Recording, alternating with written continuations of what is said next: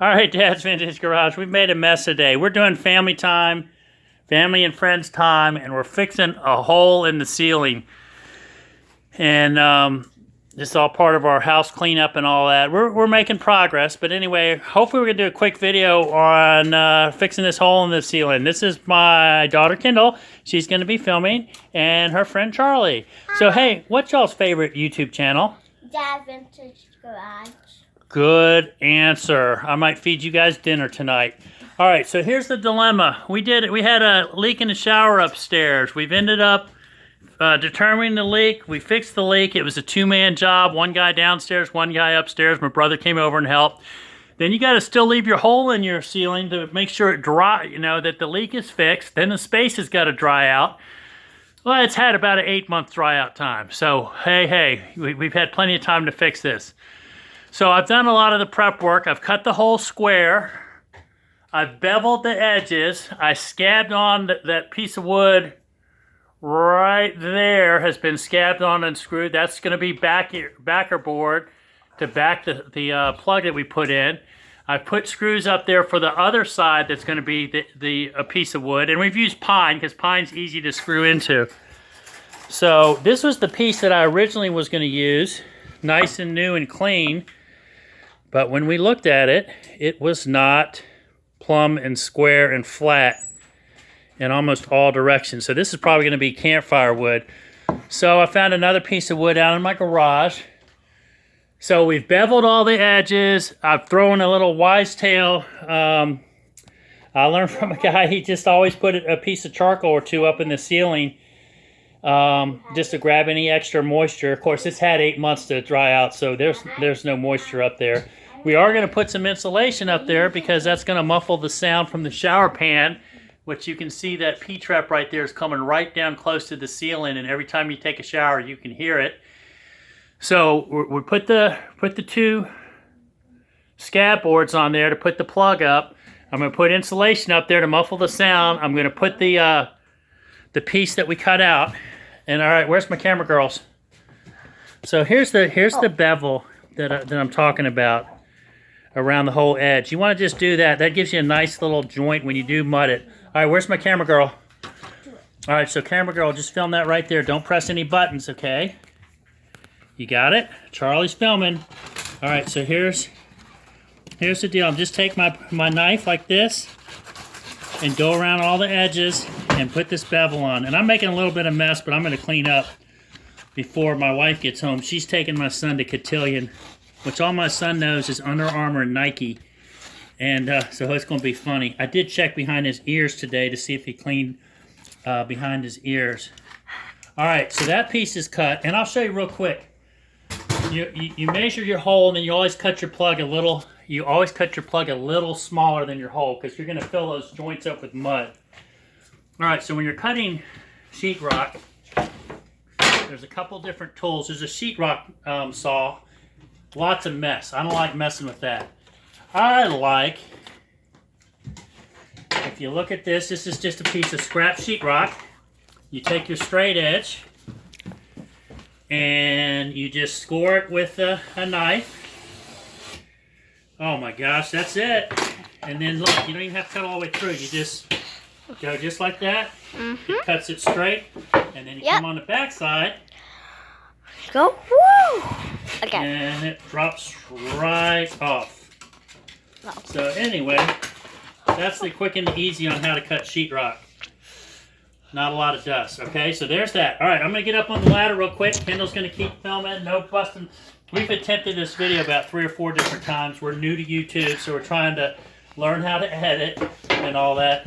I use 1 5/8 drywall screws. They're coarse and fine. I've always been a big fan of the coarse screws, but you kind of use what you got, and just don't rush this thing. When you're mudding it, I always say less is more. Don't load that thing up with a lot of mud and all that. Okay, I had laid the other board up in place because I was just looking at it. So it looks like it's kind of out of angle. The reason being is because it's running into that P-trap, okay? So I'm going to get up here and we're just going to screw all these flush, and you just want your screw head to just break the paper of the sheetrock, okay? And when you mud, and you think you got it all smooth, when that dries, the mud is going to suck in, and you're going to have to do a second or a third coat. But you're not going to load it up with a lot of mud at first. And I'm feeling with my fingers if I'm smooth. The worst part of this whole project is not doing this, but Kendall, film all the ceiling. I got to get somebody to paint this whole ceiling. That's the pain in this whole project. Is not the sheetrock repair, but the mud or the paint. All right, so we got this last one to go in. And so here's a neat little trick too. You can take one of your putty knives and run it along all those screws. And if you hear a ting, then that means that screw head is below the surface of the ceiling surface and it's sticking out and you got to fix it. Alright, so here we go. Here's the tough part. It's really not tough. I got camera woman Charlie filming. So we're going to put the plug up real quick. We're doing good, girls. Guess what? I agreed if we can get through this video, the next thing we'll clean up our mess. And make slime. And then we're going to make some slime. Woohoo! Alright, here we go. Slime in the house. Slime in the house. Get my hair. And we already have sparkle slime. Show them up there. That's a new padding for the roof. For the roof, and we need it white. Well, white squares.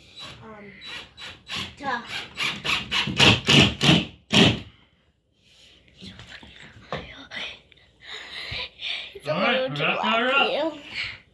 Can I go put it? You have to help me put it in my hand. Guys, learn you always want to get this up pretty solid. You don't want it spongy because when you're mudding it and you think you got a good joint and then it'll come back down on you. So.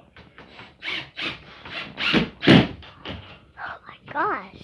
7 minutes and 41 seconds. Oh my gosh. If this goes to a minute. Now, so you got one more screw. One more screw, guys. Alright, let's see what we got, man. I really want it.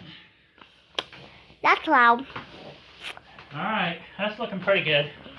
Alright, I'm going to slap some mud up there real quick. See what we got.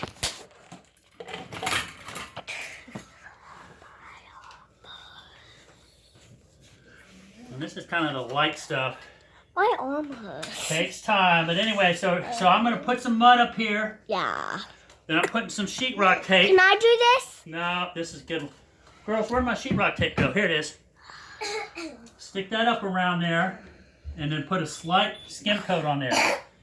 That'll dry.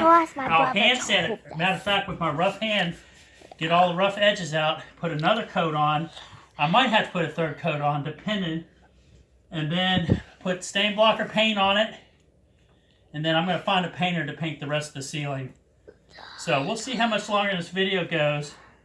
I'm tired of holding. Kendall's tired of holding the camera. But at least we kind of got through.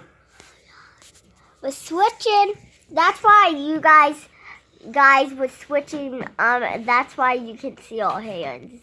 That's why we're switching. So we're trying to do it like this so you guys can enjoy the video like it's hot. And then, I'll get it all smooth on this coat.